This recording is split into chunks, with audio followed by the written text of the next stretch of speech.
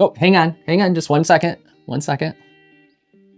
What are you looking at? My pretend watch. His imaginary watch. All right, it's been about 5 seconds. So anybody who was going to click off has already clicked off, and we've got people who have more than a 5-second attention span. That's like 90% of YouTube. Welcome to the channel. This is month 32 of our stock purchase. Now, if you clicked on the thumbnail because you wanted to learn how the heck did these guys make $181 a month in dividend checks in that amount of time, we'll get into that. We've been investing for about 2.5 years now. It's 32 months, imagine that. And we have now built a portfolio transparently live with real money, starting with zero to get us to that point. Now, if you're curious, is this actually legit? All you have to do is go to our channel, look at the past videos. We show our portfolio every single month. We have a playlist that I'll put up here. You can go take a look and see how we did it every single month. And we're pretty transparent in those videos as to what we bought and why we bought it. And we show our portfolio in its entirety in every video. Yep, including the mistakes. If you're curious how that's going to help you make $181 a month, well, that whole playlist is there to show you, not just tell, but show you exactly how it happened, warts and all. Sometimes we make mistakes, but overall our portfolio has done pretty well. Now we're going to show you our portfolio this month a little bit later in the video, but I wanted to talk about that income first because it might not seem like a lot, but there is a snowball that takes place there. When we first started this, I think we got like $6 or something. It was a really small amount. It was like $2. We could buy a gumball with it at Meyer. Yeah, the dividend checks don't start very big. They're not very exciting. And if you look at, in fact, we can show you this right now. If you look at our next 12 months of dividend checks, you can see that there's a few months in there that are over $366. So the average is about $181 a month. That's all the way up to $360 now. That took 32 months to hit, but think about what will happen if we went from zero to that in 32 months. You double that out. What happens when those dividends start paying us dividends and everything starts cascading? Right. That's called compounding interest, folks. Yes, and you just start small. You start with one share of a company, you start with maybe a couple bucks here and there, and then you build a portfolio that does very well. Now, our advice is to do that with a financial advisor so they can check out your entire financial health, the picture of your finances. We don't know what that is. However, for our portfolio, we do this in such a way where we diversify our holdings, and we do that to protect against a recession. We've been waiting for a recession for a year. It's coming. All the indicators say it's coming. We just don't know when, and there's enough money out there to push that out another year or two. Yeah, and Mr. Market's very good about just kicking the can down the road. So this portfolio is built to protect against that environment. Now, we do that because most of the people that, if you're following along, you do not have the cash reserves probably to just take a 40% hit on your portfolio. That is what happens during a recession. So these stocks in this portfolio are designed to hedge against that, where we still have a good income and then can capitalize and get super greedy when that does drop, because that's when you make a ton of money. And that's what our portfolio will show. This month we bought 2 stocks, and they probably weren't the same 2 stocks that we've been harping on the last 2 months, like somebody with Alzheimer's. Broken record. We forgot we bought them last month, and we bought them again. Were we gonna buy that? So this month, in fact, if you just take a look at, there's 2 things we want to show you in our portfolio before we actually reveal everything in it. The gain-loss ratio of our portfolio is the first thing that I want to show everybody. If you take a look at the top of the list, you've got a stock here that's about almost 60% up. The reason why we want to show you that is because at the time when we purchased 3M, that's the one that's doing best as of right now, that might not be that way next month, 3M was getting like a bloodbath. Yeah. They were getting destroyed. And if you go back to our playlist and watch all the videos, you know that we like a beat up stock, one that's just the investors are cutting down for whatever reason, lawsuits or some bad press or whatever. But the underlying company is still a good company and is going to make money in the future. Buy low, have it go up. Yep.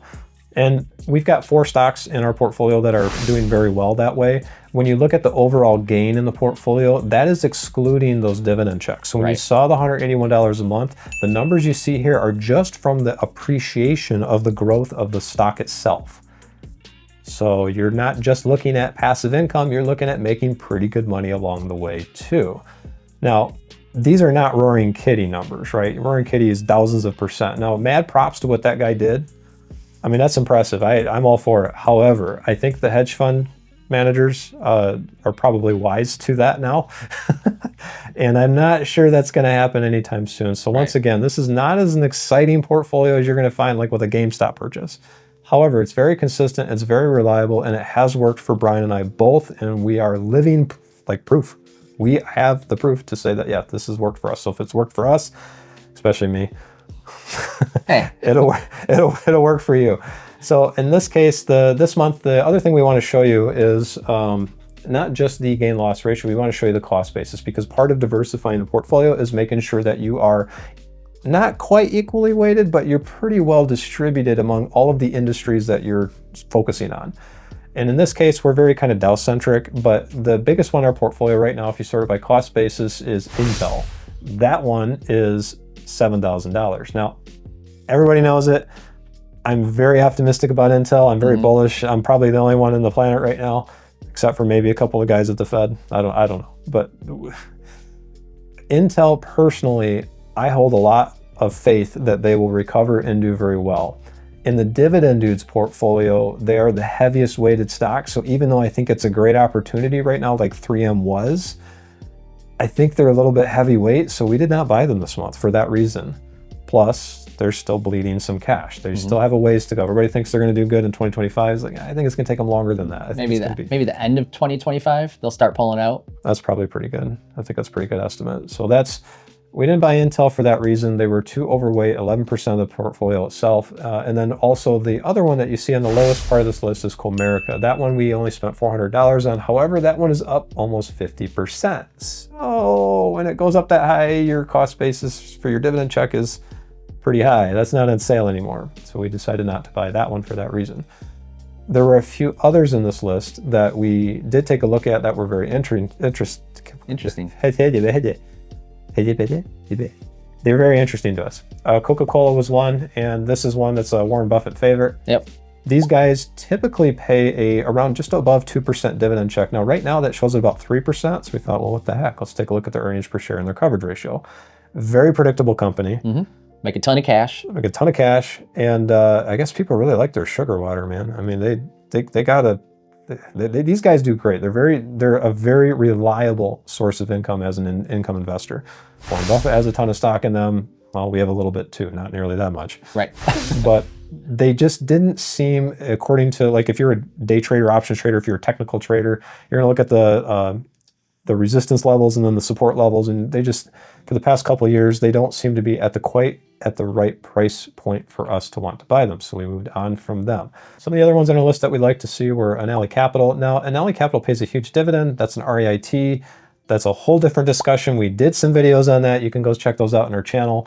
Annaly Capital looked okay, but they're still diluting their shares a lot. Yeah. And that's superficially inflating the price of the stock. We want to see the share dilution go away before we become more bullish on them. Now, their coverage ratio for their dividend is not great, but again, this is an REIT, so they're subjected to different rules in that. So we didn't add them to our position. We also want to wait to see interest rates go down and stuff like that to help Annaly out and when they start selling off properties to pay those.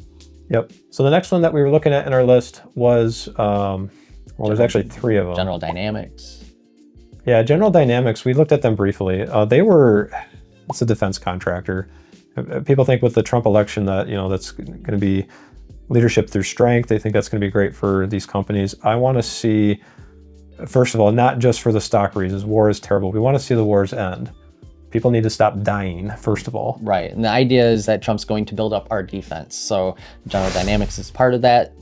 There's other companies, but they're going to get money to build up the defense of America for if somebody decides to come at us.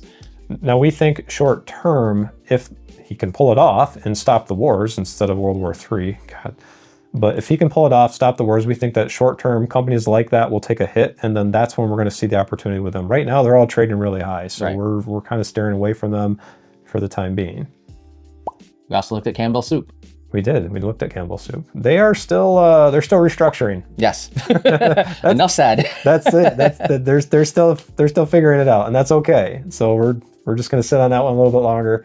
Beyond that, there's a few other ones that we thought were, in fact, this happened this week, this last week. Pfizer took they got hit hard. Trump became the president-elect. Pfizer became a victim. they did not have a good week. So we thought maybe it's a buying opportunity. Looked at their earnings per share, looked at their dividend coverage ratio, and everything looked good. So what we're speculating here on Pfizer is that their people are seeing stuff that we just haven't analyzed or looked at yet. So we're going to wait a little bit on these guys before we determine whether or not any of the lawsuits or the concerns from the COVID stuff that happened from this administration that might come after them for that will affect them financially. We always want to check the fundamentals of the business to make sure that the product is good and that we can share in the profit of that through their dividend checks. If they can't afford to pay the dividend checks, it doesn't matter, what the price is to us. They need to be able to afford that. So right now, Pfizer might be an opportunity, but we need to look at them a little bit more. You might see that in a future video. The other one that we looked at was Johnson & Johnson, just to compare those two numbers. And then the third one, which we actually bought in our portfolio, and here's our portfolio, so you can see it, was Merck. Merck was a second or third month, I want to say. Yeah, it was very early on. Yeah, back when we only had $400 to put into stocks. And I had to steal it. That was my lunch money. So Merck was, they did really well for a long time. They were our best performer for a little while, and then now they're not doing so great in comparison to some other stocks. So we thought, let's go take a look at these guys. And their numbers look better now than they did a few years ago. So we said, well, shoot, if they're only up 4%, they pay us a couple percent dividend checks. We only had at the time, $370. Yeah. So we added a couple $1,000s to Merck. That's what brought our income from 172 to about 179, 178-ish. And then we decided to level out the portfolio cost basis with Merck. Now, Merck does a lot of stuff for the pharmaceutical industry for animal hospitals. They do diabetes treatments, things like that. So they're in the kind of the same space as Pfizer. They didn't get hit the same way Pfizer did. We think that's because they're not subjected to the same potential lawsuits or litigation. Right. So we decided to leverage out the portfolio or balance it out with Merck. The other one that we did was one that we've been beating like a dead horse. And UPS, yep. But we didn't put as much in. We just wanted to equal that out with Merck and the rest of them, about 3,000. Yeah, now UPS, this time of year, it's November, so this time of year, major logistics companies are going through their peak earnings season. Yeah. Now, Mr. Market will typically predict things like this 1 to 2 quarters ahead of schedule. So the price that you see now is typically a reflection of what they think it will do.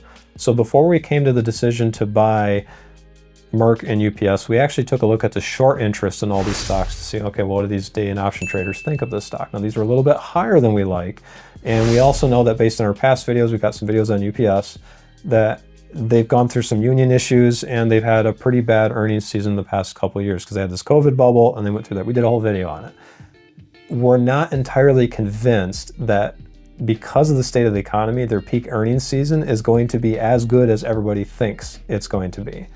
So we leveraged out the portfolio or equalized the portfolio. How do I say that? Balanced? Yeah, we balanced out our portfolio with a little bit more UPS, but not nearly as much, only $600. That brought us to the $182 a month. Now, if that sounds good to you, like we said, get with your financial advisor, follow along. You can get some passive income that way. Next month, we're going to be buying more stocks. We do this every month. Every month. Again, playlist. Go watch it. Every single one. Let it run. On repeat? On repeat. On repeat. At the retirement community. Yeah. Then get a VPN. Rerun it. Now, we are here to help you guys learn the financial journey it takes to become successful, hopefully the right way.